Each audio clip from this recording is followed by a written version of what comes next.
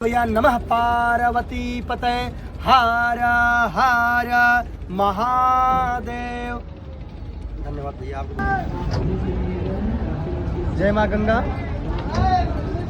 चंद्र देवता को साक्षात मैं दंडवत करता हूँ। 4 घंटा का विकराल चंद्र ग्रहण साधना, इस साधना को अगर आप कर लेते हैं तो विश्वास मानिए, किसी भी प्रकार की सिद्धि चाहते हैं या आपके ऊपर तंत्र क्रिया किया गया है या आप अपने शत्रुओं से परेशान हैं, विश्वास मानिए यह साधना बड़े ही शुभ अवसर पे आया है।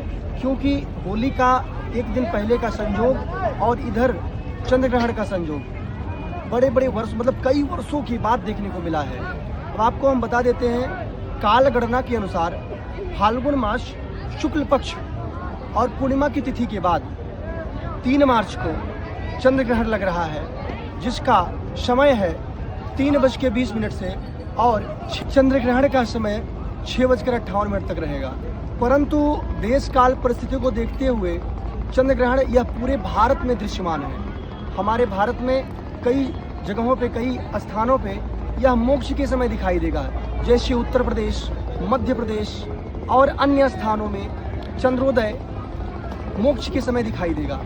इस समय आपको मोक्ष के समय जैसे 5:04 से उसका जो मध्य का समय है और 6:48 इस समय भारत में चंद्र ग्रहण के मोक्ष के समय दिखाई देगा।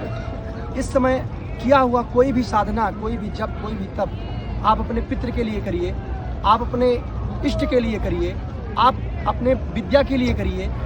किसी भी साधना को करना चाहते हैं तो आप साधना करिए, आपकी साधना फलीभूत होगी। अब हम बताने जा रहे हैं कि आपको साधना कैसे करना है। अगर आपके यहाँ पितृ दोष लगा हुआ है, पितृ से परेशान है, तो ओम पितृभ्यो नमः, ओम पितृभ्यो नमः, पितृ का इस तरह से मंत्र का जाप करके और हाथ में जल लेके, अभी संकल्प बताएंगे संकल्प कैसे करना है। उसके बाद जैसे अगर कोई विद्या चाहते हैं तो भगवती आदिशक्ति वाक्य की अधिष्ठात्री देवी माँ सरस्वती का ध्यान करेंगे और उनके मंत्रों का जाप करेंगे। और इस समय अगर गुरु के मंत्रों का जाप करते हैं तो वह फलीभूत और डबल शक्ति देने वाली हो जाती है, क्योंकि चंद्र ग्रहण के समय ऊर्जा एकदम अपने विकराल रूप में होती है। अब कहते हैं आप एक बार चंद्र भगवान को दिखा दीजिए। इस समय आपको चंद्र भगवान ऐसे दिख रहे हैं, परंतु जब ग्रहण लगेगा तो उस समय राहु ग्रास करेंगे, तो देखेंगे आप तो चंद्रमा का जो कलर हो जाएगा वो लाल हो जाएगा, क्योंकि मंगल और राहु इस समय कुंभ राशि में प्रवेश किए हुए हैं और अंगारक योग बना रहे हैं। तो अंगारक योग क्या होता है, मतलब ना तो आग निकलती हुई हो और ना उसमें से अग्नि शांत हुई हो, कोयला जैसे धधक रहा हो, उसी को हम अंगारक कहते हैं, अंगार जिसको बोला गया है। तो ये अंगार हमारे चंद्र ग्रहण पे भी लगेगा। और वैसे ही होलिका के एक दिन बाद दोनों का जो संयोग बन रहा है साधना करने की दृष्टि से बहुत ही महत्वपूर्ण है।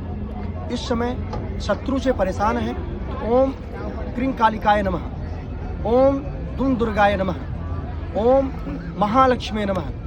जिस भी मंत्र की साधना करना चाहते हैं आप पूरी श्रद्धा के साथ, पूरी शक्ति के साथ आप आसन पे बैठ जाएंगे। कुश का आसन होगा तो बड़ा महत्वपूर्ण है। जप माली ले लेंगे और गंगा जी तो ही हैं, गंगा जी को दिखा दीजिए। माँ गंगा के चरणों में साक्षात दंडवत करते हैं।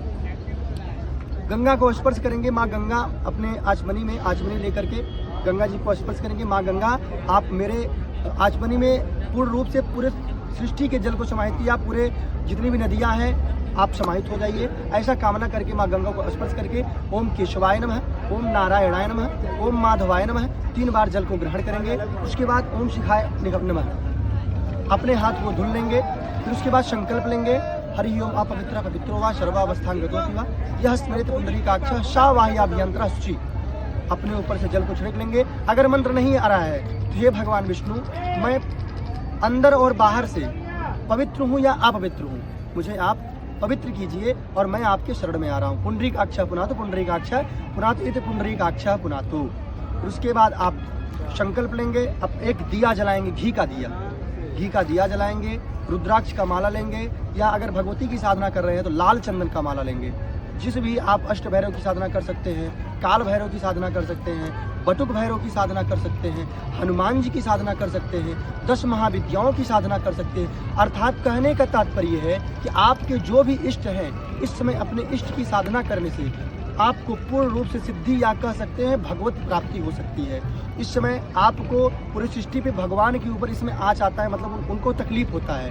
तो आपको करना क्या है, राम राम राम राम राम राम राम राम इस नाम के अपने घर में बैठ करके जाप करना है। और जो माताएं गर्भवती हैं उनको अपने गर्भगृह पे, गर्भ स्थान पे गोबर का लेप लगाना है और यही इस समय यही कामना करना है कि हमारा बच्चा स्वस्थ हो और उसके अंदर एक ऐसा दिव्य प्रकाश हो जिसकी वजह से वो पूरे संसार में अपनी ख्याति को दिखा सके। ऐसी कामना करते हुए आप राम जी का ध्यान करिएगा, कृष्ण जी का ध्यान करिएगा, श्याम जी का ध्यान करिएगा, अर्थात जो भी आपके इष्ट होंगे उनका आप ध्यान करके चिंतन करिएगा। यह एक पुरस्चरण के समान फल देने वाला है, क्योंकि चंद्र ग्रहण कहा गया है अहोरात्रि, महारात्रि के रूप में माना गया है। और साथ में जब इन दोनों का संयोग होता है तो एक प्रकार से महायोग की प्राप्ति होती है। इस समय किए हुए सारे कार्य सफल होंगे। नमः पार्वती पतये, हर हर महादेव। अगर आप हमसे कुंडली दिखवाना चाहते हैं तो हमारे नंबर 7084303353 या 8795957076 8795957076 पर संपर्क करें। फेस रीडिंग और उसके बाद पामिस्ट्री, जन्म कुंडली, नौमांसा आदि दिखवाने के लिए आप हमसे संपर्क कर सकते हैं। जय जय भगवती, जय माता रानी, जय गंगा माई। बोलिए नमः पार्वती पतये, हर हर महादेव। धन्यवाद भैया।